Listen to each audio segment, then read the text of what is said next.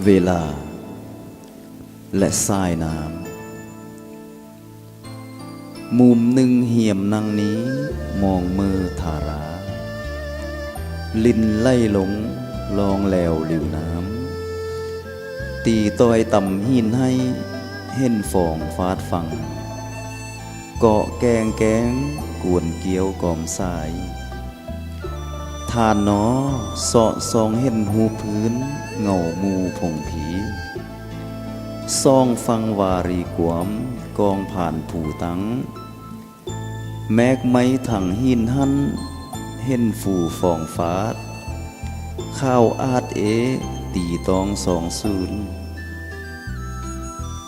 งามแล้วห้วนคิดคอยหอยแหงขวมลังดุดดังมันลินไหลลองไปมีห้วนย้อนกลายเป็นอนุสรณ์ซึ้งตรึงใจจำอดีตลิขิตการก่อนย้ายไล่เลื้อยลองมีห้วนทบทวนทางคำคอยคุณค่าข้องขนวังวนในสงสารสัวดีมีห้วนหูหากคาดคุมสติตังมียังพอพ้นขาไล่บาบิดเบียงทิมเสียลาคาคนแท้หนอ